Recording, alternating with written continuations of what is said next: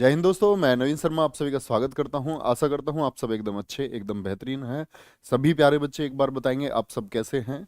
और सबसे पहले बच्चे, आप सभी को नववर्ष की हार्दिक शुभकामनाएं। नया साल है, 2022 की शुरुआत है। और हम जब छोटे थे तो मतलब तब से एक बात सुनते आए हैं कि जो चीज़ आप नई साल को कर लेते हो, पहले दिन करते हो, पूरी साल आदमी उसी चीज़ को करता है। मान के चलो, किसी ने ठंडे पानी से नहा लिया कोई, तो कहेगा भाई ठंडे पानी से ही नहाएगा। इसीलिए कहते हैं नई साल को गर्म पानी से भी नहीं नहाना चाहिए, कि पूरे साल गर्म पानी से नहाओगे और जब गर्मी में गर्म पानी से नहाओगे तो हालत खराब हो जाएगी, है ना। तो इसीलिए मैं ये बात समझाना चाहता हूँ कि मतलब ऐसा तो बेकार सा लॉजिक है, लेकिन अगर शायद ऐसा कुछ हो जाए तो हम इसको रिलेट करते हैं आपकी मेहनत से। अगर आप आज के दिन मेहनत करोगे तो पूरी साल मेहनत करोगे बच्चे, समझ रहे हो। और पूरी साल भी मेहनत करने की जरूरत नहीं है, कुछ महीने मेहनत करने की जरूरत है। तो उसी मेहनत को बरकरार रखने के लिए आप लोगों की खाकी बैच में बच्चे क्लासेस तो शुरू हो ही चुकी थी। अब उन क्लासेस को साथ साथ कि आप प्रैक्टिस भी अपनी एक बेहतर कर सकें, तो आज से आपका एक प्रैक्टिस बैच शुरू हुआ है बच्चे, खाकी प्रैक्टिस बैच, जिसमें हिंदी का प्रैक्टिस सेशन आप लोगों को मैं करा रहूंगा। हिंदी बच्चे आपकी यूपी के इस एग्जाम में, यूपी पुलिस कांस्टेबल के इस एग्जाम में 37 क्वेश्चन आपके हिंदी के आने हैं। और आप कह सकते हैं लगभग 25% है।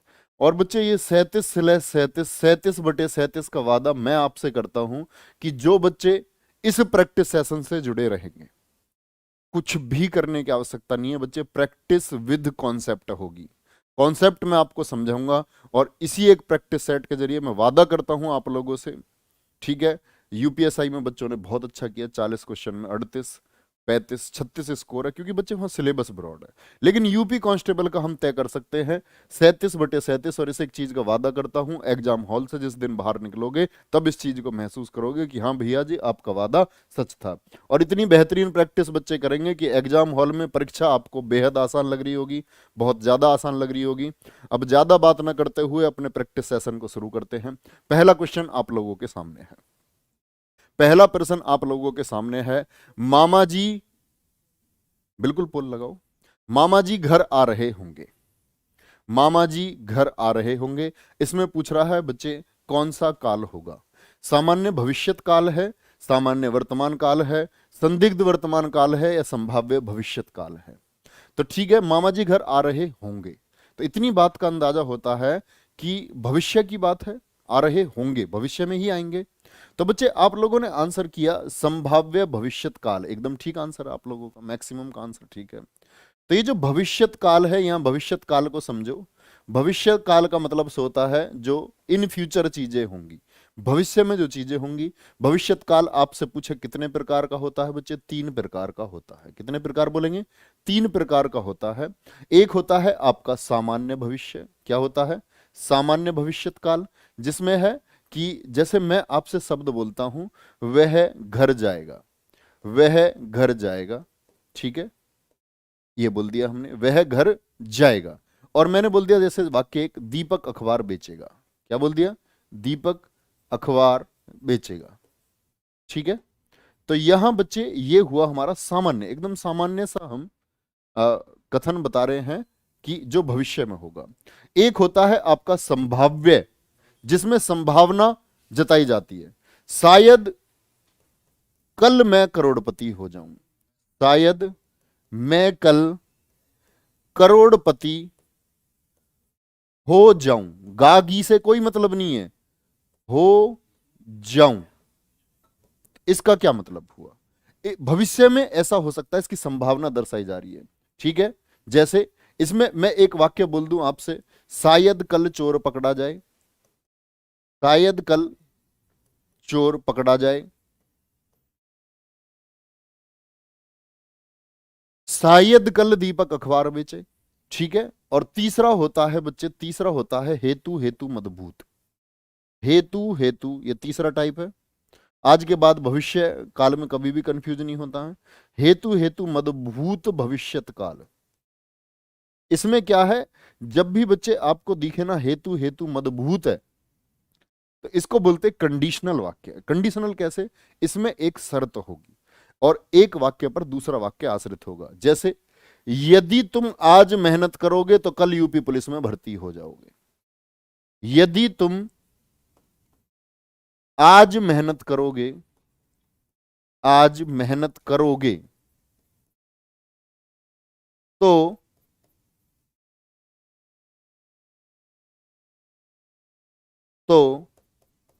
यूपी पुलिस में भर्ती हो जाओगे। तो बच्चे आपका यूपी पुलिस में भर्ती होना किस बात पर निर्भर हो गया? ये निर्भर हो गया आपकी आज की मेहनत पर। तो भविष्य में आप भर्ती हो जाओगे। तो जब वाक्य निर्भर हो दूसरे पर तो यूपी पुलिस में भर्ती लिख लेना, पूरा वाक्य भर्ती हो जाओगे। और हमेशा नोट्स बनाओ, प्रैक्टिस सेशन सिर्फ टिक करने के लिए नहीं होता है। दूसरा, निम्नलिखित में से संबंधवाचक सर्वनाम कौन सा है? संबंधवाचक सर्वनाम कौन सा है? बोलेंगे? निम्नलिखित में से संबंधवाचक सर्वनाम कौन सा है? सर्वनाम की बात आती है बच्चे, सर्वनाम वे शब्द होते हैं जो संज्ञा के स्थान पर प्रयोग होते हैं। मैंने बोला राम अच्छा है। राम कैसा है? राम अच्छा है।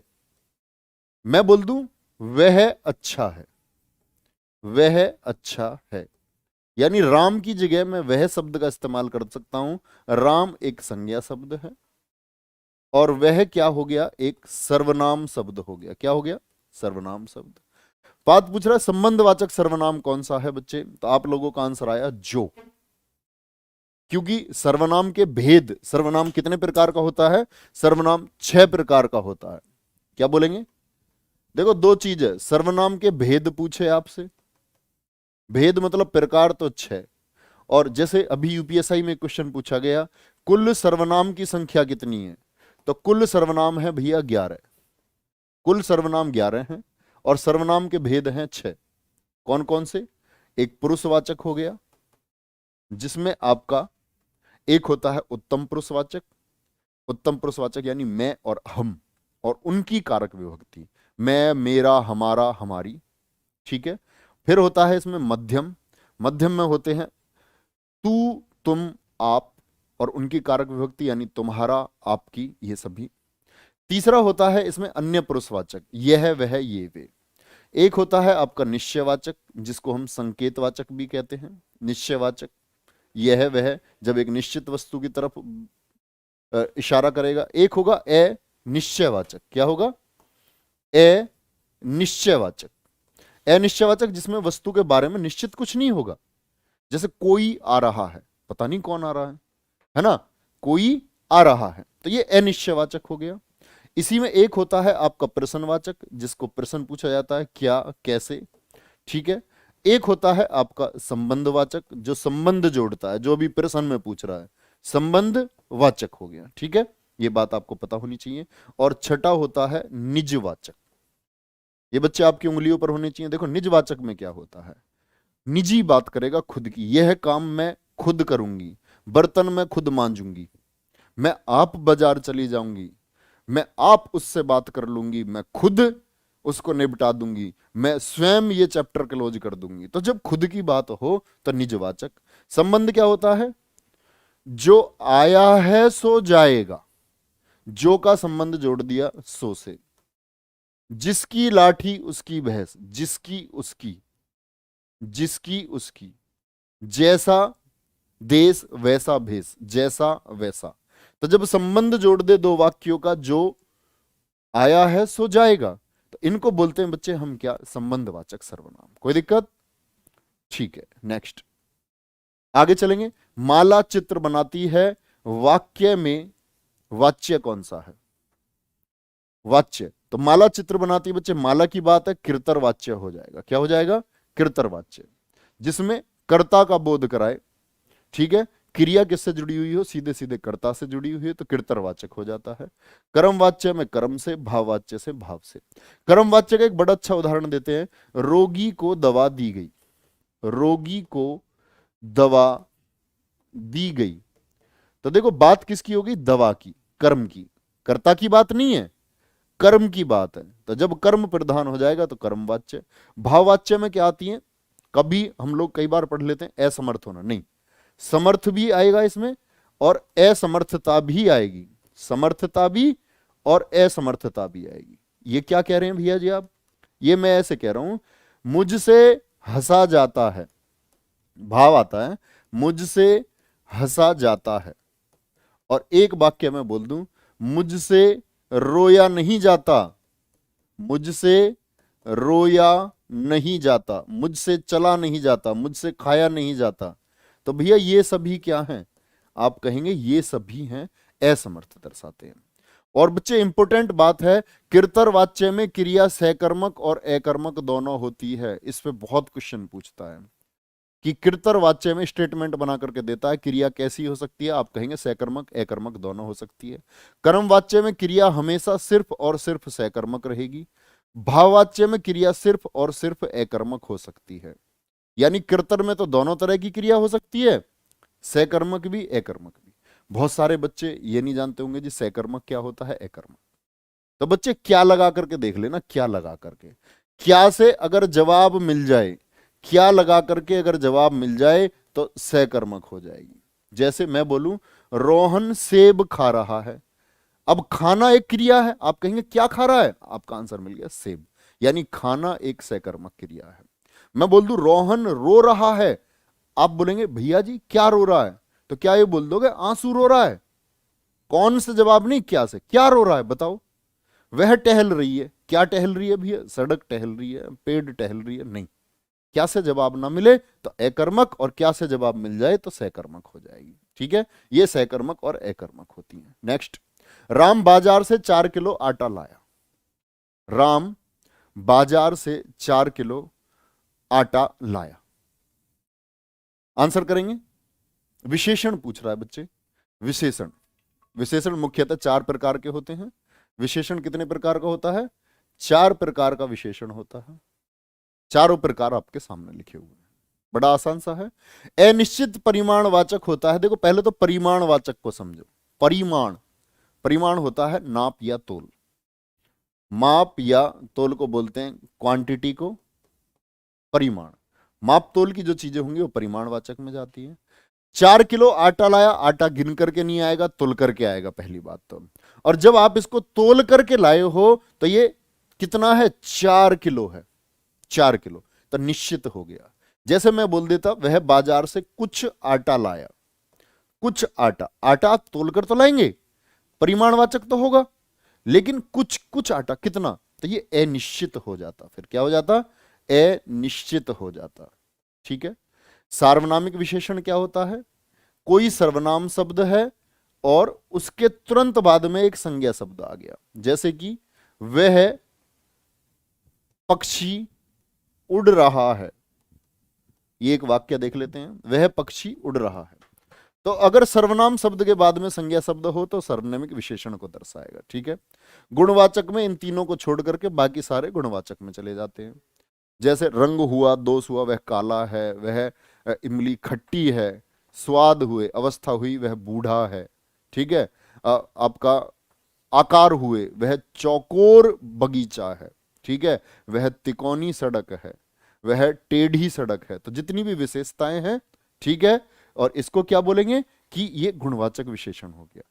ये गुणवाचक विशेषण सबसे बड़ा होता है। आपको इसको पहचानना है, इन तीनों की कैटेगरी सबसे आसान है। मान लो जैसे इसमें परिमाणवाचक दे रखा है, सार्वनामिक दे रखा है, एक संख्यावाचक नहीं लिखा हुआ इसमें, तो एक मान लो आपने संख्यावाचक जो गिनती से हो, जैसे मैं बोलूंगा कुछ लोग आए, कुछ लोग आए। अब लोगों को क्या आप नापोएंगे या तोलेंगे? बोलो, लोगों को तो गिन ही सकते हो ना भैया, लेकिन कुछ है तो अनिश्चित संख्यावाचक। लेकिन मैं बोल दूं 5 ट्रक आए, 5 क्या है, ट्रक, तो ट्रक को आप गिन सकते हो, और गिन भी कितने, 5, तो ये निश्चित हो गया। क्या हो गया, ये निश्चित। और कुछ लोग वाला हो गया अनिश्चित। तो संख्यावाचक, परिमाणवाचक, सार्वनामिक विशेषण और गुणवाचक विशेषण, 3 क्लियर रखो बच्चे। टॉपिक वाइज मत लिखो। प्रैक्टिस सेशन में कहीं जो आप टॉपिक से पढ़ोगे ना, दुनिया में कहीं पढ़ लेना, टॉपिक से ज्यादा अच्छा प्रैक्टिस सेशन में पढ़ा दूंगा। ठीक है। जरूरत होगी तो उन बच्चों की जो मेहनती हैं। ठीक है। चलो आगे आ जाओ। भी संजय बहुत देर से टहल रहा है, पता नहीं किसके बगीचे में गया है। कौन बता सकता है संजय किसके बगीचे में टहल रहा है? बोलो भैया। उल्टा से कोई ऐसा नाम मत लेना, बबीतार के बगीचे में गया, कभी ऐसे बताने लगो। संजय बहुत देर से टहल रहा है, टहल रहा है। मैंने बोला क्या लगाओ, क्या टहल रहा है, पता ही नहीं चल रही जी क्या टहल रहा। पैर टहल रहा है, अमरूद टहल रहा है, सड़क टहल रहा है, किसके में? रामफलहर के बगीचे में टहल रहा है? नहीं। सकर्मक मैंने बताया जवाब मिल जाएगा, कर्म सहित होती है, अकर्मक कर्म नहीं होता, जवाब नहीं मिलता। क्या से? आगे आगे धीरे धीरे जैसे चीजों को सीखते जाएंगे, आप स्टैंडर्ड रूल बताऊंगा आपको, और स्टैंडर्ड रूल ऐसे होंगे कि आप हिंदी को तोड़ देंगे। ठीक है। प्रेरणार्थक होती है भैया प्रेरणा।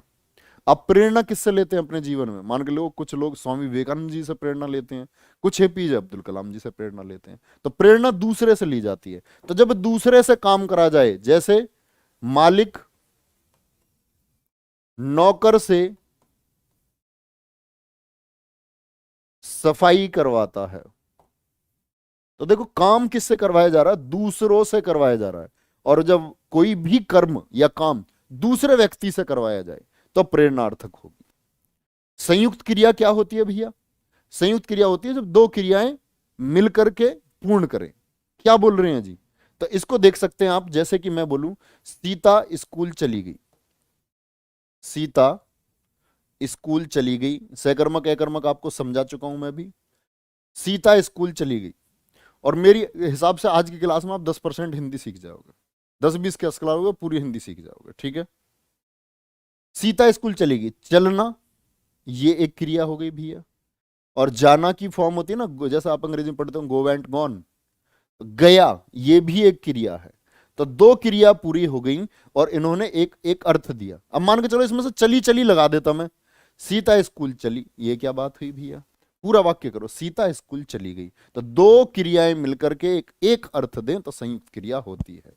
ठीक है भाई, बिल्कुल हैप्पी न्यू ईयर है, इतना शोर शराबा में मत करो हैप्पी न्यू ईयर का, है ना। चलो आगे।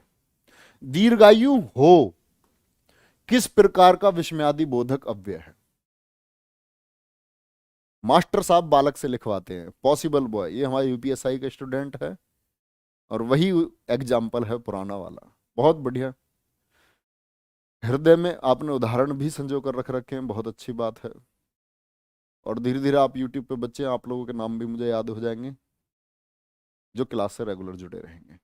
लक्की चौहान, रोशन, मनीष, पॉसिबल बॉय। पॉसिबल बहुत शानदार छात्र है, हमेशा से पहले उत्तर देते रहे और एक विशेष बात बताते रहे प्रश्न के साथ में। आप हमेशा कमेंट सेक्शन देख सकते हैं।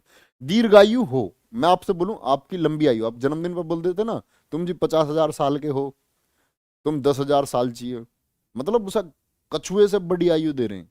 वो ये चाह रहे कि भाई हम तो 150 में निकल लेंगे, वो आदमी 5,000 साल तक तंग रहेगा इस धरती पे। कह देता आप जी 50,000 साल जियो। वो दरअसल में उसकी लंबी आयु की बात नहीं कर रहा है, वो उसको एक तरह से अभिशाप दे रहा है। आदमी 50,000 साल में परेशान हो जाएगा। बताओ नहीं होएगा कोई 50,000 साल में परेशान? तो दीर्घायु हो तो ये है आशीर्वाद बोधक। और आशीर्वाद पे भैया याद रख लेना, देखो वर्तनी का शब्द है और रे जो ऊपर लगता है इस रे को बोलते हैं रे का रेफ रूप, रे का रेफ रूप। रेफ, रेफ से मतलब क्या हुआ भैया? रूफ, रूफ छत ऊपर जो लगे, ऐसे याद कर सकते हैं रेफ को। तो पूछा गया है, जैसे यूपी कांस्टेबल में एक क्वेश्चन पूछा गया है, किस शब्द में रे के रेफ रूप का प्रयोग हुआ है? तो जो ऊपर रे लगता है और ऊपर लगने वाला रे एक ही है, यही रे आधा रे भी होता है, आधा रे भी होता है, इसी को रे का रेफ रूप कहते हैं।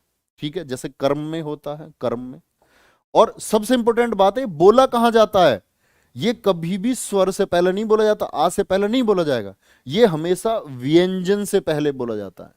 जहां इसकी नजदीकी है उस व्यंजन से पहले, तो इसको बोलो। बहुत सारा बच्चा ऐसे लिख देता आशीर्वाद को, ये ले जी ऐसे लिख देगा। बोलना इसको कहां बोला जाएगा? ये से पहले बोला जाएगा। तो आप क्या बोल दोगे इसको? आरसीवाद। भाई बोले तो आरसीवाद, आरसीवाद थोड़ी होता है, आशीर यहां बोला जाएगा, आशीर्वाद। अब ये शुद्ध हो गया। ठीक है। बहुत वर्तनी पूछी जाती है एग्जाम्स में, अभी रिसेंट में पूछी गई है। हिंदी खड़ी बोली का प्रथम महाकाव्य कौन सा है?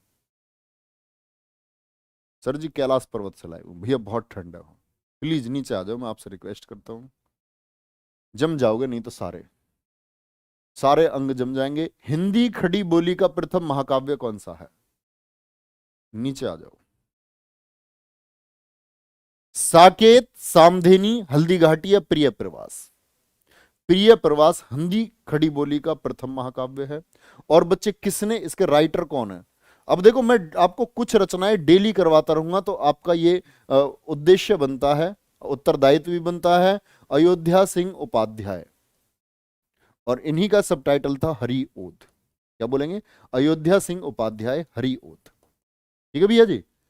तो ये हिंदी खड़ी बोली का प्रथम आपका काव्य है। और अयोध्या सिंह उपाध्याय हरिओद के बारे में और रचनाएं पूछे तो दो रचनाएं, कभी भी नाम आएगा आपके सामने हरिओद का तो एकदम से बताना तुरंत, वैदेही वनवास और अधखिला फूल। तीन रचनाएं याद रख लेना, आपका काम 100% पूरा है। अधखिला फूल, वैदेही वनवास और प्रिय प्रवास हिंदी खड़ी बोली का प्रथम महाकाव्य है। ठीक है। साकेत किसका है? मैथिली शरण गुप्त का है। मैथिली शरण गुप्त की रचना है साकेत, ये बात कभी मत भूलना। ठीक है। जैसे मैथिली शरण गुप्त के ही हैं आपके दो रचनाएं और बताता हूं, डेली डेली बताऊंगा दो रचनाएं। जयद्रथ वध याद रख लेना, एक तो मैथिली शरण गुप्त, जयद्रथ वध याद रख लेना, और एक याद रख लेना भारत भारती। भारत भारती, बोलो मेरे साथ एक बार। सामधेनी किसका है? सामधेनी है रामधारी सिंह दिनकर का, रामधारी सिंह दिनकर। और रामधारी सिंह दिनकर जी के बारे में विशेष बात क्या है? इनके जो ग्रंथ है, जैसे रश्मि रथी लिखा इन्होंने, रश्मि रथी, उर्वशी, दो याद करेंगे क्योंकि एकदम से सारे याद नहीं कर सकते। उर्वशी विशेष है। विशेष क्यों है?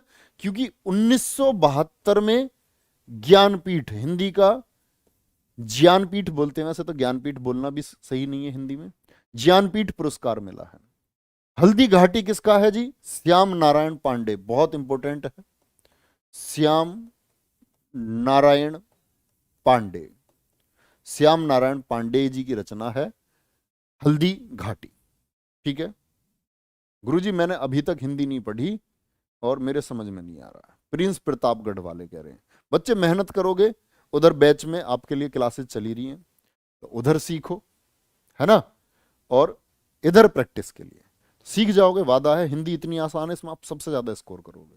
मैं समझ सकता हूं जो बच्चे सीबीएसई बोर्ड से होंगे उनको दिक्कत आएगी, लेकिन आप कुछ टाइम सीखने के बाद में बच्चे ये बोलोगे, जब आपकी क्लासेस पूरी हो जाएंगी, इधर प्रैक्टिस सेशन से आप जुड़ेंगे, आप बोलेंगे हाँ जी बहुत जबरदस्त, सच में बहुत कुछ सीखे हैं।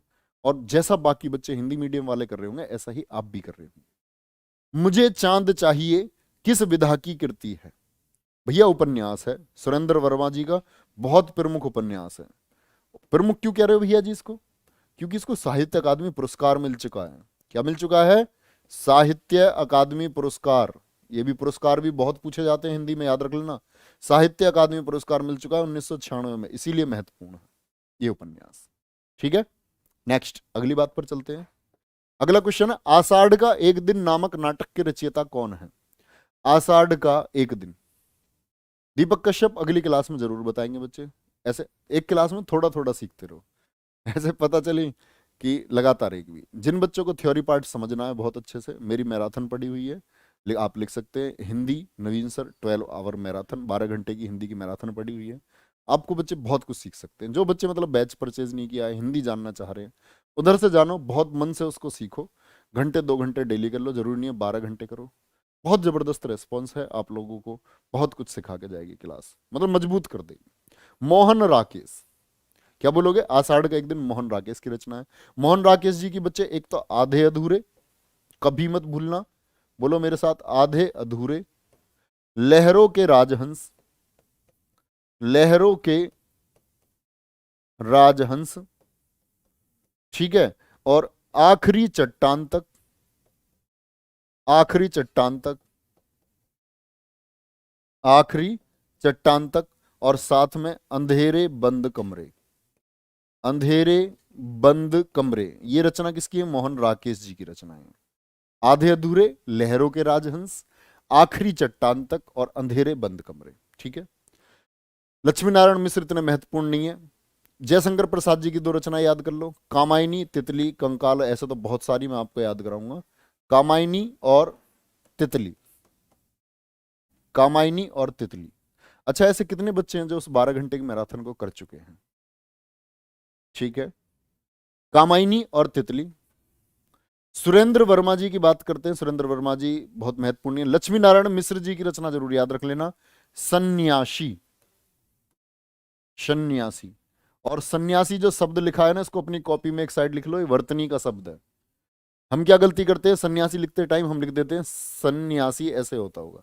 सन्यासी कोई शब्द नहीं होता, शनन्यासी होता है। क्या होता है, शनन्यासी। आप संधि जब करेंगे तब भी आप सीखेंगे, अंकी बिंदी में बदलती है, समधन्यासी होगा, समधन्यासी। ठीक है, यहां तक कोई दिक्कत? चलो भाई आगे। नेक्स्ट है, राग दरबारी नामक उपन्यास के लेखक हैं।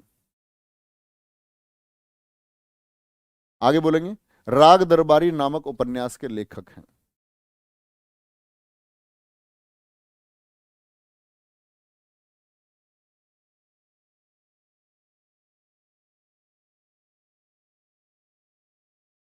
बोलो भैया।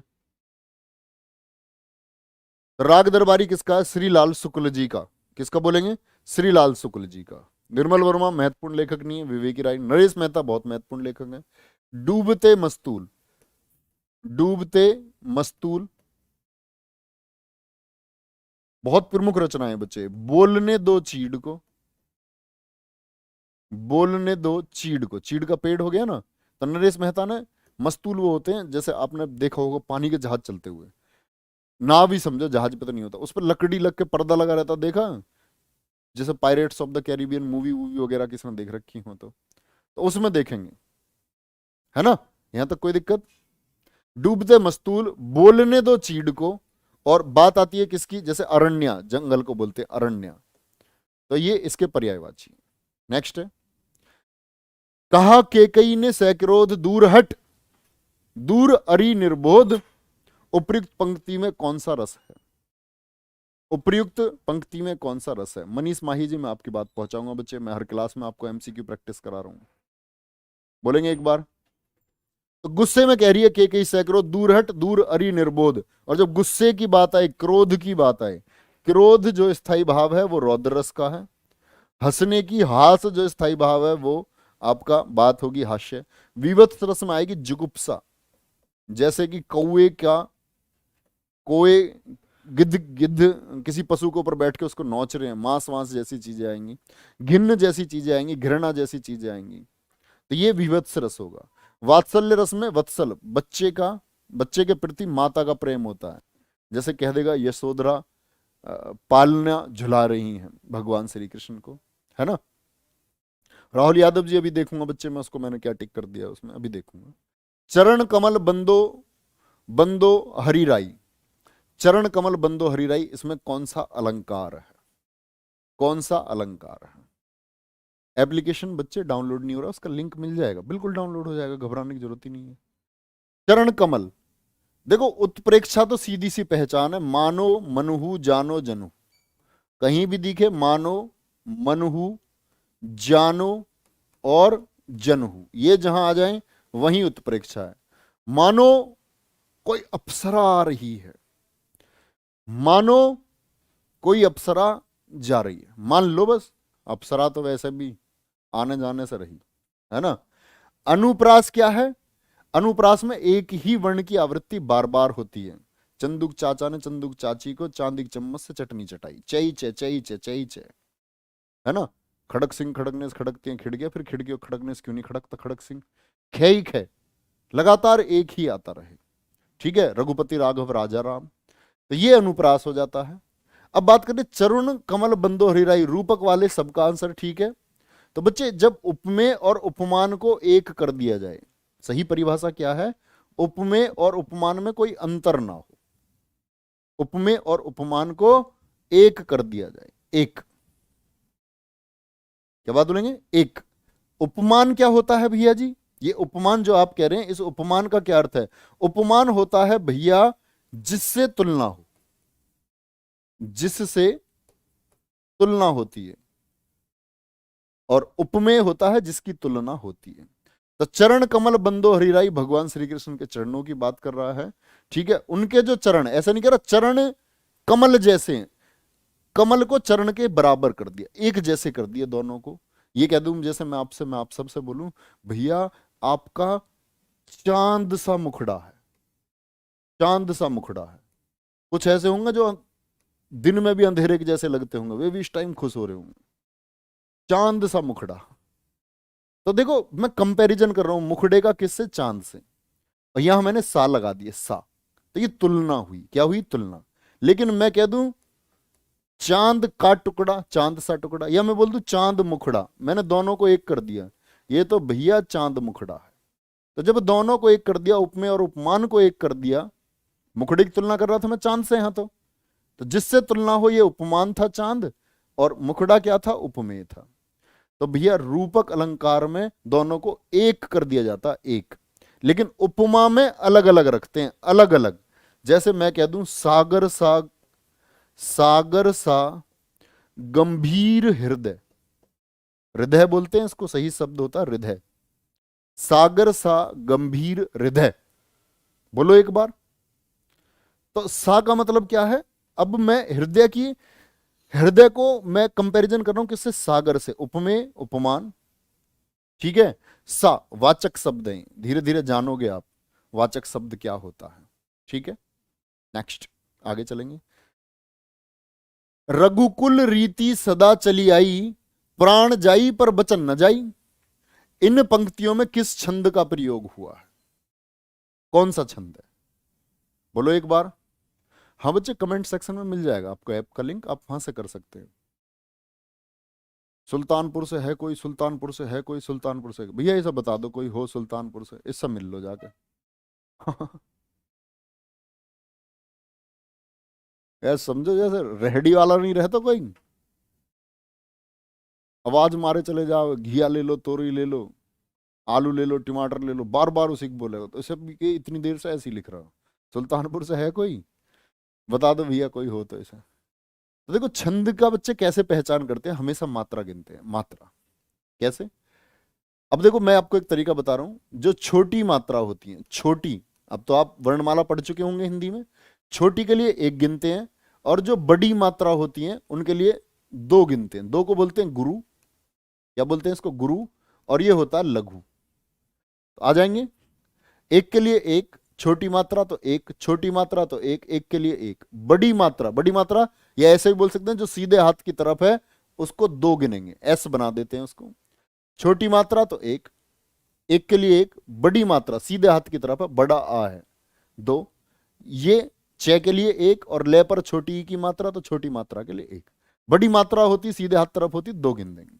आई कितना हो गया भैया, दो, और बड़ी ई है दो, चार, इनको गिन लो, ए एक है ये दो है, एक दो तीन चार, चार और दो छह, एक सात, एक आठ, दो 10, एक 11, एक 12, दो 14, दो 16, कितने हो गए इसमें एक लाइन में, 16 मात्रा हो गई। अगली लाइन में यहां कितना हो गया, प्रा, दो जुड़ गए इसमें, एक प्राण, जा सीधे हाथ पे मात्रा है बच्चे, दो गिनेंगे, आ गया, वैसे भी बड़ा है, ये देखो ये छोटी ई है, इसकी एक मात्रा, पे की एक, रे की एक, बे की एक, चे की एक, ने की एक। आप कहोगे भैया इनमें क्या स्वर है जो मात्रा आ गई इसकी, हाँ देखो हर व्यंजन में, जैसे कै को देखते हो ना आप, हर व्यंजन में एक स्वर होता है जब तक हलंत ना लग जाए, जब तक हलंत नहीं है तब तक उसमें स्वर है। क्या इसमें भी स्वर है, नहीं, इसमें हलंत लग गया ना, ये शुद्ध व्यंजन है, पूर्ण व्यंजन है ना। आ जाओ यहां, इसका एक हो गया, ये दो और दो गिनना भैया, दो और एक तीन, दो पांच और एक छह, दो 8, 3 11, एक 12, 4 16, चार पंक्तियों, हर पंक्ति में 16 16 हो तो चौपाई होगा, क्या बोलोगे, क्या हो जाएगा, हर पंक्ति में होगा तो चौपाई हो जाएगा। ऐसी भैया जब मात्रा गिनो अगर 15 13 आ जाएं तो उल्लाला, 15 13 क्या होगा, उल्लाला। शोर उठा, शोर उठा, लड़की वालों ने कही भी शादी में 11 लाख रुपए देंगे, लेकिन एट ए टाइम उन्होंने 2 लाख और बढ़ा दिए, ओहो कितने बढ़िया आदमी है, 2 लाख बढ़ा दिए, शोर उठ गया एकदम से। लड़की वालों ने बोला 13 लाख देंगे शादी में, लेकिन 2 लाख कम कर दिए, क्या बोलोगे, धोखा कर दिया भैया 2 लाख का, दो का धोखा, दो कम, 13 11, क्या बोलेंगे, क्या बोलेंगे इसको, दो का धोखा, दो कम धोखा, तो 13 और 11। मात्रा गिननी आप धीरे धीरे आपके सामने सवाल आएगा, मात्रा गिननी सीख जाओगे और परीक्षा में आपसे प्रश्न पूछेगा भैया। गुरुजी मथुरा नहीं आए बच्चे, मथुरा नहीं आ पाया मैं, नेक्स्ट सैटरडे मिलते हैं मथुरा। चलो नेक्स्ट आएंगे। ऊपर कमेंट करो एक बच्चे का, ऊपर कमेंट करो। चलो, अत्याचार शब्द में कौन सी संधि है? अत्याचार में दीर्घ संधि, यण संधि, गुण संधि, सब हर बच्चा बच्चा जानता होगा। ये व रे के पहले आधा अक्षर, ये यण संधि का उदाहरण है। ठीक है, जैसे इत्यादि शब्द है, मुझे बताओ, पहचान वही है, ये वे और रे के पहले आधा अक्षर आए तो ये तो बदल जाता है छोटी ई में, वे बदल जाता है छोटे ऊ में, और रे बदल जाता है री पर ऋषि में। री बोलते हैं इसको, री, ऋषि। इत्यादि तो क्या बोलोगे? इति। देखो, जो आधा है उसको पूरा कर दो, कर दिया पूरा। ये वे रे इसमें से खत्म हो जाते हैं, संधि बनाते समय दिख ना जाए दोबारा। ये को बदल दो छोटी ई में, ये बदल दिया छोटी ई, बचा क्या? आप देख लो सेंस लगा करके, इति प्लस आदि। अत्यंत का बताओ मुझको, अत्यंत का संधि विच्छेद करके बताओ। अत्यंत हो गया, मधवाल्य हो गया, मधवाल्य, बहुत आसान है। ठीक है, पित्रादेश का संधि विच्छेद करके बताओ मुझको, पित्रादेश का संधि विच्छेद करके बताओ। अध्ययन का संधि विच्छेद करके बताओ मुझको, अध्ययन का। तो क्या बोलेंगे? तय पूरा है भैया, पूरा कर लो उसको। ये छोटी ई में बचा क्या? अंकी बिंदी और तय, अति प्लस अंत। देखो, जो आधा है उसको पूरा कर लो। वह किस में बदलेगा? ऊ में, मधु हो गया। मैंने बोला ये वे रे खत्म हो जाने चाहिए, वह खत्म कर दो, बचा क्या? या ये लिख दूं क्या यहां? ये भैया आप कहेंगे नहीं भैया जी नहीं, ये तो कोई अर्थ ही नहीं दे रहा। सेंस लगाओ ना, आल्य शब्द होगा, आल्य। पित्रादेश, आप कहेंगे भैया आपने बताया ये वे रे से पहले आधा अक्षर होता है, आधा अक्षर है ना भैया। ये में देख लिया हमने आधा अक्षर, ये में देख लिया, वैसे पहले भी आधा अक्षर। भैया इसमें कहां आधा अक्षर है बच्चे? ये जो त्रय होता है ना, त्रय, त्रय को जब आप एक संयुक्त व्यंजन है त्रय, त्रय को तोड़ोगे तो कैसे टूटेगा? तय धन रे में। तो बताओ, रे से पहले ये जो व्यंजन है हलंत लग करके आधे को दर्शा रहा है, तो आधा तय इसमें है। तो क्या बनता है? पितृ प्लस आदेश, और तय किस में बदल जाएगा? रे, क्या बोला मैंने? रे बदलता है री में, और री कैसे होता है? नीचे से घुंडीदार। पितृ प्लस आदेश, घुमावदार आकृति है, री की ही होती है। अध्ययन का क्या होगा? अधि, ध पूरा किया, ये को हटा दो और क्या बन गया? अधि प्लस अयन, अधि प्लस अयन। भारत का संधि विच्छेद क्या होगा? बच्चे हर शब्द में संधि नहीं होती, हर शब्द में समास नहीं होता, सीखोगे ये चीज अभी। ऐसा नहीं है ऐसा रख लिया तुमने, जल, जल में संधि कौन सी होगी? कोई सी भी नहीं होगी। बेकार के प्रश्न क्यों करते हो? जिसको तोड़ नहीं सकते उसका संधि विच्छेद नहीं कर सकते आप, है ना। संधि कैसे हो जाएगी? संधि होने के लिए संधि विच्छेद होना जरूरी है। चलो भाई, बहुत बढ़िया। हिंदी को राजभाषा के रूप में संवैधानिक मान्यता कब मिली? बोलो भैया कब मिली? 14 सितंबर 1949 को मिली, 14 सितंबर 1949 को मिली। इसीलिए 14 सितंबर को हम क्या मनाते हैं? हिंदी दिवस मनाते हैं। क्या मनाते हैं? हिंदी दिवस। लेकिन बात आ जाती है विश्व हिंदी दिवस कब मनाया जाता है? विश्व हिंदी दिवस कब मनाया जाता है? विश्व हिंदी दिवस 10 जनवरी को। चलो ये तो हमने मान लिया भैया जी 14 सितंबर को मनाते हैं, क्योंकि 1949 में हिंदी को राजभाषा स्वीकार किया गया। और याद कर लेना, हिंदी राजभाषा है, राष्ट्रभाषा नहीं है। प्रश्न पूछ लेता हिंदी है राजभाषा या राष्ट्रभाषा, तो हमेशा राजभाषा। विश्व हिंदी दिवस 10 जनवरी को ही क्यों? क्योंकि 10 जनवरी 1975 को पहला विश्व हिंदी सम्मेलन हुआ था। हिंदी को पूरे विश्व पटल पर पहचान दिलाने के लिए पहला विश्व हिंदी सम्मेलन, ये भारत में ही हुआ था, नागपुर में, 10 जनवरी 1975 को, नागपुर महाराष्ट्र में। अब तक कितने विश्व हिंदी सम्मेलन हो चुके हैं? 12 हो चुके हैं। 12वां हुआ है 2021 देवास एमपी में, मध्य प्रदेश में, देवास एमपी में। कितने विश्व हिंदी सम्मेलन हो चुके हैं अब तक? 12। किसी दिन बताऊंगा 12 कहां कहां हुए हैं। और बात आती है हिंदी जो है ये संविधान के भाग 17 में है। भाग 17 में आर्टिकल 343 से लेकर के 351 तक भाषा को, राजभाषा को बताया गया है। 343 में ही कहा गया है कि भारत की राजभाषा जो होगी वो हिंदी होगी, और लिपि जो होगी, लिपि भी यही बताई गई है, लिपि देवनागरी होगी। लिपि क्या होगी? देवनागरी होगी। 351 महत्वपूर्ण में, इसमें हिंदी भाषा के विकास के निर्देश दिए गए हैं। नेक्स्ट, सिंधी भाषा का विकास अपभ्रंश की किस बोली से हुआ है? सिंधी भाषा, बच्चे अपभ्रंश मतलब हर भाषा किसी अपभ्रंश से होकर के गुजरी है ना? तो इनको हमको सीखना है, सीखें या याद करें। तो बात करें जो सिंधी भाषा है, सिंध क्षेत्र में जो बोली जाती है, ये किससे होकर के गुजरी है? तो सिंधी ब्राचड़ से आई है। पैसाची से जैसे पंजाबी आई है, टक भी बताऊंगा मैं आपको आने वाले टाइम में। मागधी की बात आती है तो इससे निकली है भोजपुरी। जो लगाए तू लिपस्टिक हिलल सारा डिस्ट्रिक्ट कमरिया टॉप लागेलू। मगही और मैथिली, भोजपुरी सुने तुमने? नहीं। हलवा पूरी खाएंगे नेपाल में बस जाएंगे, कुछ और है गाने का नाम क्या था भाई? बताओ, पुराने बच्चे बताएंगे। तो क्या बोलोगे? अर्धमागधी से कौन कौन निकली है? ये अवधी हो गई, अवधी भाषा जो है, अवधी रामचरितमानस लिखी गई है जिसमें, बघेली, बघेली, छत्तीसगढ़ी, छत्तीसगढ़ी भाषा, ये कहां से निकली है? आपकी अर्धमागधी अपभ्रंश से निकली है। ठीक है, भोजपुरी से ही है सर जी में, अच्छा जी, चलो अच्छी बात। इनमें से कौन सा युग्म एघोष ध्वनि है? एघोष कौन सा है? बोलो एक बार। एघोष क्या बताया होगा? एघोष पहला, दूसरा और साथ में आपके तीनों से, ये अघोष होते हैं। 13 होते हैं कुल। कितने होते हैं? 13। तो पहले वाले पहले दूसरे, जैसे के, खे, गे, घे, अंगा, तो इसमें कौन से दोनों? पहले दोनों। ऐसी भी है चे, छे, फिर कौन से हो जाएंगे? टे, थे, फिर कौन से? ते, थे, और फिर उसके बाद में कौन कौन से हैं? पे और फे, पे और फे, पे और फे, ये क्या है? और साथ में ये तीनों, ये अघोष ध्वनियां होती हैं। नेक्स्ट, अगले क्वेश्चन पर आ जाओ। निम्नलिखित में से नीलकंठ कौन सा शब्द है?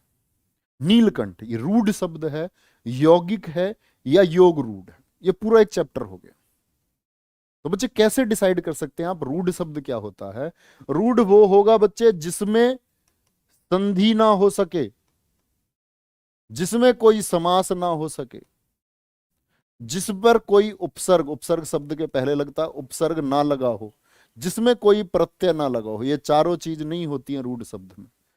मतलब जैसे मैं एक शब्द लिख दूं जल, बताना इसमें कौन सी संधि है? आप कहोगे भैया नहीं होगा, समास है इसमें कोई नहीं हो सकता, उपसर्ग है इसमें कोई नहीं, प्रत्यय नहीं। तो ऐसा शब्द जिसके टुकड़े ना हो सके वो रूढ़ शब्द होता है। यौगिक क्या होता है? ये दो शब्दों से मिलकर के बनता है। जैसे कर्जदार लिख दिया मैंने, कर्जदार, तो एक तो हो गया कर्ज और एक हो गया दार। ठीक है, दोनों का अर्थ अलग अलग। कु मतलब बुरा और पुत्र मतलब बेटा, कुपुत्र। योग रूढ़ कौन से होते हैं? बहुव्रीहि समास पढ़ोगे बच्चे एक आप, जो तीसरे पद की तरफ इशारा करेगा, बहुव्रीहि समास के सभी उदाहरण योग रूढ़ शब्द होते हैं। नीलकंठ, नीला गला, भगवान शिव, भगवान की तरफ इशारा करता है, भगवान जी की तरफ। जैसे लंबोदर, लंब मतलब लंबा, उदर मतलब पेट, ये कौन सी संधि हो गई? दीर्घ संधि होगी ना, लंब प्लस उदर। तो बच्चे लंबोदर भगवान श्री कृष्ण, चक्रपाणी भगवान विष्णु और भगवान श्री कृष्ण, चक्र धारण कर रखा है जिसने। शूलपाणी भगवान शिव, क्योंकि उन्होंने त्रिशूल धारण कर रखा है। वीणा पाणी सरस्वती देवी, क्योंकि उन्होंने वीणा धारण कर रखी है। ठीक है, तो योग रूढ़ शब्द में मैक्सिमम उदाहरण होते हैं बहुव्रीहि समास के 99%। बाकी आप देख सकते हैं कि जो तीसरे पद की तरफ इशारा करे, यानी वो कुल मिलाकर के बहुव्रीहि समास ही होता है। अशोक ने पत्र पढ़ा, इस वाक्य में कौन सा कारक है? अशोक ने पत्र पढ़ा भैया, बात आएगी किसकी बात कर रहा? अशोक ने। तो कारक हम बताते हैं हमेशा कारक विभक्ति से। कारक विभक्ति, हर कारक की एक अपनी विभक्ति होती है। कारक जिसको हम परसर्ग भी बोलते हैं, क्या बोलते हैं? परसर्ग भी बोलते हैं। ठीक है, तो कर्ता ने कर्म को अधिकरण में पर, इसमें स्थान की बात आएगी।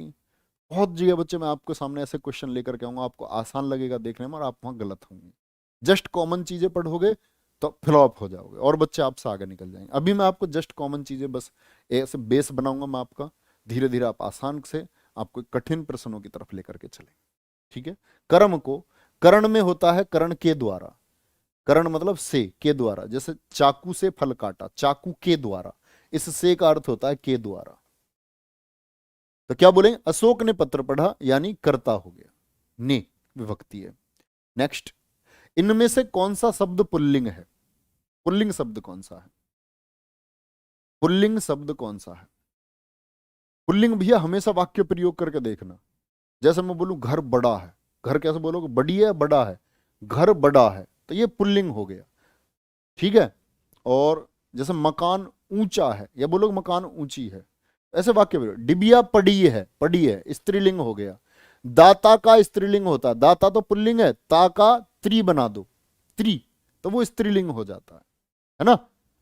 कुछ भी लगा लो, विधाता का विधात्री हो जाएगा, अभिनेता का अभिनेत्री हो जाएगा, नेता का नेत्री हो जाएगा। तो ता का त्रिय भी खुद स्त्रीलिंग हो गया। खटमल खा गया, खटमल घूम रहा है, तो ऐसे तो बोलो खटमल डोल रहा है भाई, मतलब खटमल घूम रहा है। जीभ कट गई, तो ये स्त्रीलिंग है, ऐसे थोड़ी बोलो जीभ कट गया, जीभ कट गई, है ना। तो ऐसा हमेशा वाक्य प्रयोग करो, स्त्रीलिंग पुल्लिंग हमेशा क्लियर रहेगा अपने आप। अच्छा, दही को बताना, दही पुल्लिंग या स्त्रीलिंग? दही जम गई या जम गया? बोलो इसमें कौन सा ठीक होगा, दही जम गया या जम गई? ए वाला ठीक है या बी वाला ठीक है? तो जो विशेष अलग से उनको धीरे धीरे हम याद करते चलेंगे। तो दही पुल्लिंग होती है, दही जम गया होगा। ठीक है। नेक्स्ट है, कविता का बहुवचन है। कविता का बहुवचन क्या होगा? बोलो भैया। कविताएं, बड़ा ई आ रहा है इसमें, कविताएं एकदम ठीक है। कविता का क्या हो जाएगा, कविताएं, है ना। कोई दिक्कत इस बात में? कोई दिक्कत नहीं है भैया। चलो भी आगे, जीवेशना का सही संधि विच्छेद कीजिए।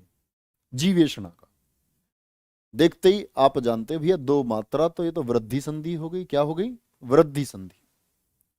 तो कैसे तोड़ते वृद्धि को, जीव प्लस एषणा, जीव प्लस एषणा। अब बात आएगी भैया, जीव प्लस एषणा में कौन सा वाला एषणा, ये वाला या ये वाला? तो आप कहेंगे भैया जी जीव प्लस एषणा ये वाला ठीक है। क्यों ठीक है भाई, ये ठीक क्यों नहीं है? ये ठीक इसलिए नहीं है क्योंकि इसके वर्तनी की अशुद्धता है, और जो शब्द शुद्ध हो वर्तनी से वही लिखना है। एषणा बोलते हैं इच्छा को, ईशत, ईशत अर्थ होता है इसका इच्छा। जीवेषणा, तो जीवन की जो इच्छा है जीवेषणा, जीवन जीने की नहीं, वो तो जिजीविषा होती है, जीवन की इच्छा। ठीक है। तो वो जीवेषणा, जीव प्लस एषणा होगा। और वृद्धि संधि हो गई। और वृद्धि संधि कैसे होती है बच्चे, देखो आपके पास ये 11 स्वर हैं कुल मिलाकर के। ठीक है, 11 स्वर, री, ए, आई, ओ, और साथ में आपका औ, दीर्घ। तो कैसे बांटते हैं हम इसको, पुराने बच्चे जानते होंगे जिन्होंने संधि पढ़ी होगी मुझसे, कि हम इसको ए बी सी फैमिली में बांट लेते हैं। किसमें, ए, बी और सी। अब यहां देखो, यहां क्या आया, जीव में इधर ए आ गया और इधर ए आ गया। तो ए कौन सी फैमिली का, ए फैमिली का। आई कौन सी फैमिली का, सी फैमिली का। ए से सीधे जब आप एक कूद करके जाओ तो वृद्धि होती है। अपने अपने में ए आ, अपने परिवार में होती है भैया खुद में क्या, अपने परिवार में बताओ स्वर संधि का पहला प्रकार, बोलो सारे बच्चे कौन सा होता है? तो क्या बोलेंगे उसको भैया जी, दीर्घ संधि। ए प्लस बी हमेशा इन दोनों के परिवारों की होगी तो गुण संधि होगी। बी के साथ असमान कोई आएगा तो यण संधि, सी के साथ असमान तो आपकी अयादि संधि। इनमें से कौन सा प्रश्न स्वर है, कौन सा प्रश्न स्वर नहीं है, कौन सा पश्च स्वर है? पश्च, पश्च स्वर कौन सा है, बोलो भैया। क्या बोलेंगे इसमें, कौन सा पश्च स्वर है? तो देखो तीन तरह के होते हैं जीव की स्थिति के हिसाब से। अग्र, अग्र वो होंगे देखो जो आगे गिर जाएं, वो देखने में ही ऐसे लगेंगे आपको ये तो भैया आगे को गिरेंगे।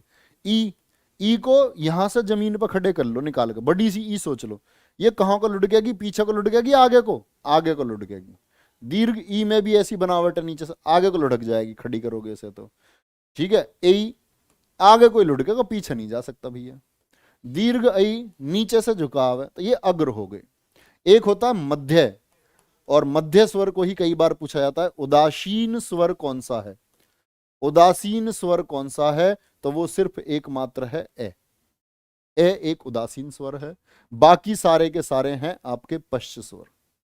अब बात करें पश्च कौन कौन से बचे जी आपके, अब ऐसा देख लो, आ तो बची गया, ये रहा आ बचा। आ के अलावा और कौन कौन से बचे भैया, ऊ बच गया, दीर्घ ऊ बच गया, ओ बच गया, और औ बच गया, है ना।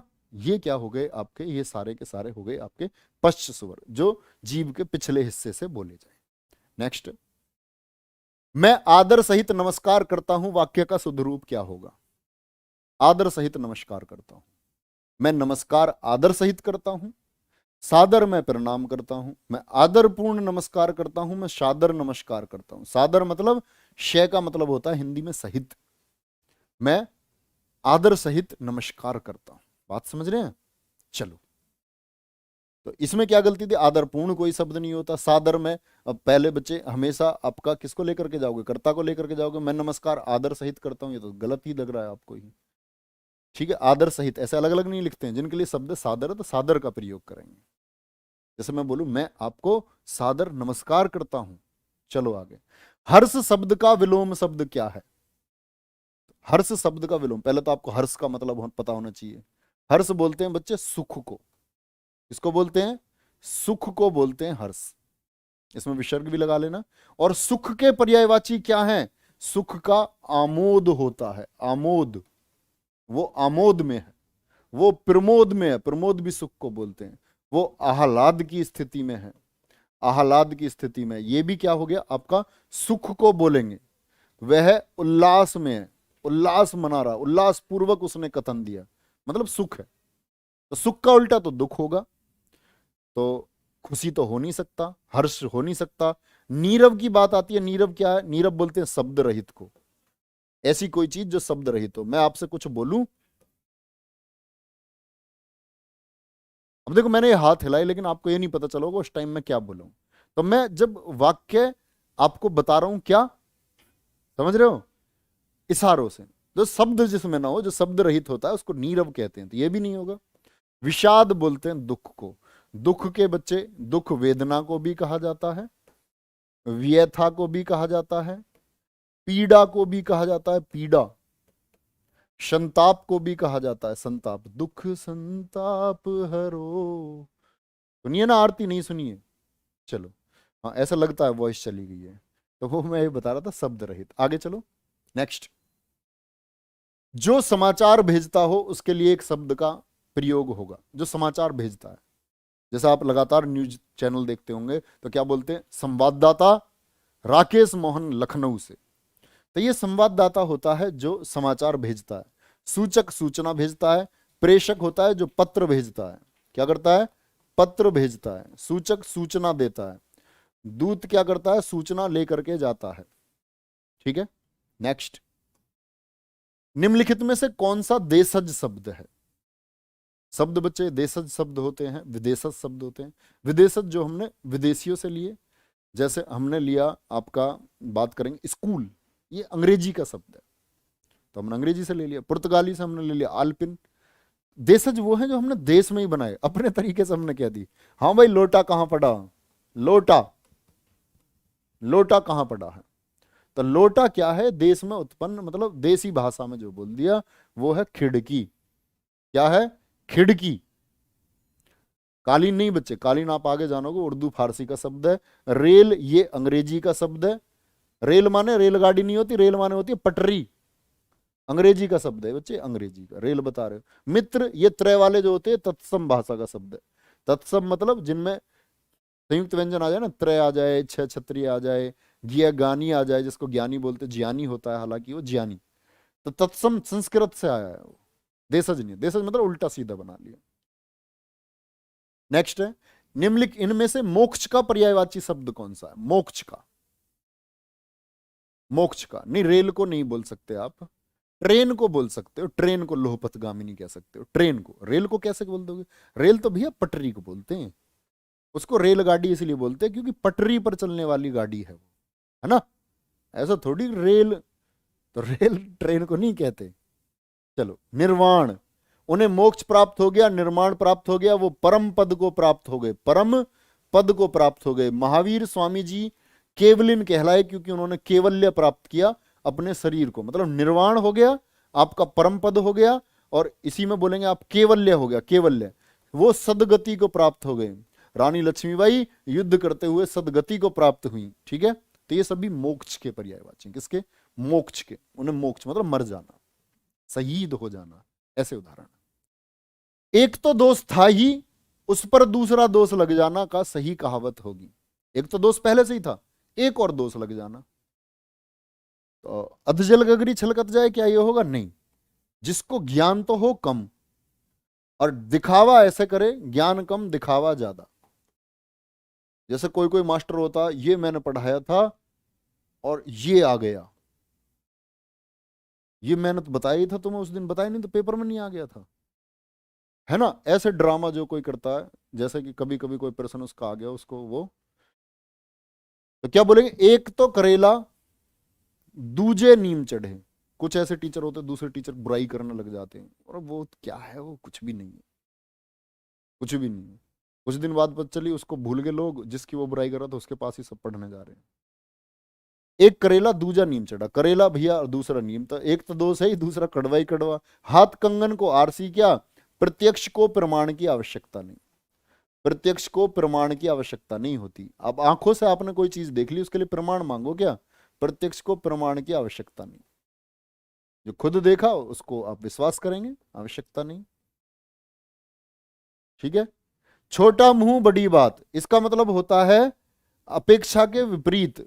आप सोच रहे हैं कुछ कि अपेक्षा के विपरीत प्रतिक्रिया हो जाए। रिक्शे पर जा रहा है आदमी, रिक्शा चला रहा है, और आपसे कह रहा भैया मेरा चांदनी चौक में 20 करोड़ रुपए किराया आता है। आप कहो तेरी, ये तो बड़ी दिक्कत की बात है, देखने में रिक्शे वाला लग रहा है। उसके मुंह से कोई बात ऐसी उसने कह दी, तो अपेक्षा के विपरीत प्रतिक्रिया होगी। आप ऐसा थोड़ी सोचोगे वो आदमी ऐसा बोलेगा आपसे। राजभाषा आयोग के प्रथम अध्यक्ष कौन थे? पहला आपका राजभाषा आयोग गठित किया गया 1955 में। 1955 में जिसने ये संस्तुति दी थी, इसने रिपोर्ट दी थी अपनी कि हिंदी भाषा का अधिक से अधिक प्रयोग हो, हिंदी भाषा का अधिक से अधिक प्रयोग हो। तो क्या बोलेंगे? बीजी खैर थे, बाल गंगाधर खैर। बीजी खैर भी कई बार नाम लिखा मिलता है बच्चे, बाल गंगाधर खैर जी थे। नेक्स्ट है, अहेतुकी का शुद्ध रूप क्या है? अहेतुकी का शुद्ध रूप क्या है? अहितकी, अहेतुकी। अहेतुकी होता है बच्चे, अहेतुकी बिना कारण, बिना कारण। बच्चे डेली में आपको 5 शब्द लिखवाऊंगा वर्तनी के, आपको डेली पता होनी चाहिए। अहेतुकी क्या लिखेंगे? अहेतुकी होता है, क्या होता है? अहेतुकी, बिना कारण के। भैया तुमने उसमें अहेतुकी चांटा मार दिया, हाँ ऐसे ही मार देते हैं, या नहीं देता कोई कोई। तो बिना कारण के जब कोई चीज हो तो उसको बोलते हैं अहेतुकी। पुरस्कार शब्द लिख लो एक बार अपनी कॉपी में, पुरस्कार हमेशा ऐसे लिखना। पुरैधनकार विसर्ग संधि में भी पढ़ोगे आप। उज्ज्वल ये आप पढ़ोगे व्यंजन संधि में। उज्ज्वल में दोनों जय आधे होते हैं, याद रखना, ये सही शुद्ध शब्द बता रहा हूं मैं आपको। उज्ज्वल में दोनों जय कैसे होंगे? वो आधे होंगे। एक शब्द लिखो अतिशयोक्ति। अतिशयोक्ति में आप गलती करते हैं, हमेशा आधा से सलजम बनाते हैं। अतिशयोक्ति में भैया पूरा शय आएगा। आप निरपराधी लिखते हैं, निरपराधी नहीं होता, निरपराध व्यक्ति होता है, निरपराध शब्द होता है, निरपराधी कोई शब्द होता ही नहीं है, ठीक है। अत्याधिक लिखते हो आप, अत्याधिक नहीं होता, अत्यधिक होता है, अत्यधिक। रोज नए 5 शब्द लिखेंगे, पुराने 5 शब्द आपको देखने को नहीं मिलेंगे, टाइम टू टाइम रिपीट करते रहेंगे, तो एक टाइम पे क्या होगा, हम सारे शब्दों की वर्तनी सीख रहे होंगे, ठीक है। चलो भाई आगे, नेक्स्ट है, किस शब्द में आ उपसर्ग नहीं है? आ उपसर्ग मतलब उपसर्ग लगता है शब्द से पहले, आगे लगता है शब्द के, और विशेष अर्थ देता है। उपसर्ग क्या होता है? ये शब्द नहीं होते हैं, ये शब्द का अंश होते हैं, शब्द अंश होते हैं। जैसे एक परीक्षा में पूछा गया है, उपसर्ग है पूर्ण शब्द है, शब्द का अर्थ देने की कोशिश करता है, या एक शब्दांश है जो उसके अर्थ को बदलने की कोशिश करता है? तो क्या बोलेंगे?